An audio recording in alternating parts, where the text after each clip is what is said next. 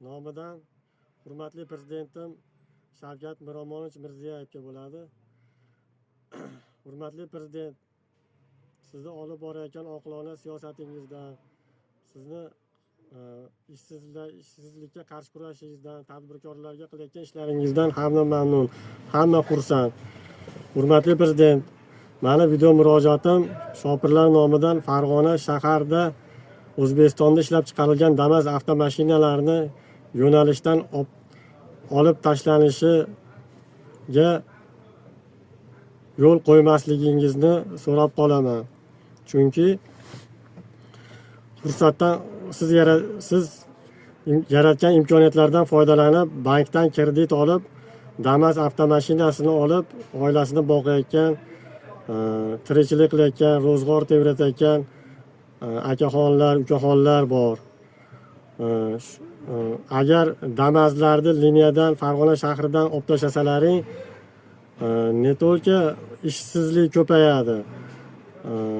Damas avtomashinasini bank xodimlari musodara qiladi. Yaxshi niyatda olgan odamni mashinasini kiradan olib tashalsa, nima ish qiladi endi u Damas? Bankda uzalmaydi, qiynaladi, oilasini boqa olmaydi. O'z-o'zidan bankka avtomatik o'tib ketadi u mashinalar. Shuncha qilgan mehnati puch bo'ladi odamlar.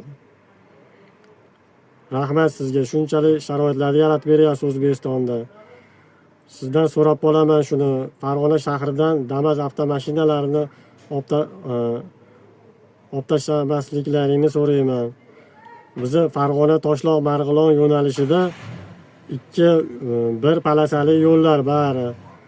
Bu yo'llarda avtobuslar xohlagan joyiga to'xtayapti, xohlagan joyidan odam olyapti. Avtobusda yomonlash emas, avtobusda ham o'zining klienti bor. Avtobus degan nima? Avtobus ostanovkada odam olish kerak. Xohlagan joyidan odam olyapti avtobus. Avtobus to'xtab oryapti, yo'lda xohlagan joyga o'z-o'zidan tirbandlik hosil bo'lyapti. Avtobusda orqasida turgan mashina palasa bosyapti, jarimaga tushyapti. Ne to'lka avtoavariyalar ham yuz beryapti buning orqasidan. Shuni men sizdan so'rab qolamanki, hurmatli prezident, Damaslarni liniyadan olib tashlamasliklaringni so'rayman.